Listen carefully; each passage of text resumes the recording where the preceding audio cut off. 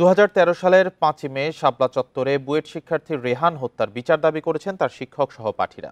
শনিবার বিকেলে বুয়েটের সিএসসি ভবনে এক স্মরণ সভায় দাবি করেন তারা।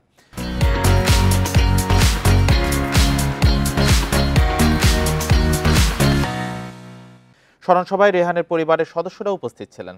তারা জানান, রেহান কোনো রাজনৈতিক সংগঠনের সঙ্গে সম্পৃক্ত ছিলেন না। সে সময় ময়নাতদন্তের রিপোর্টও দেয়নি ঢাকা মেডিকেল কর্তৃপক্ষ। এমনকি মরদেহের দাফন নিয়েও নানা প্রতিবন্ধকতার মুখে পড়তে হয়।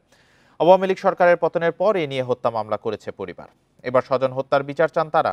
এদিকে সব জেনেও ১১ বছর চুপ থাকার জন্য দুঃখ প্রকাশ করে বিএটের সিএসসি বিভাগ। রেহানের নামে একটি বৃত্তি চালুর চিন্তাও করছে তারা। ২০০৯ সালে বুয়েটের কম্পিউটার সায়েন্স অ্যান্ড ইঞ্জিনিয়ারিং বিভাগে ভর্তি হয়েছিলেন রেহান।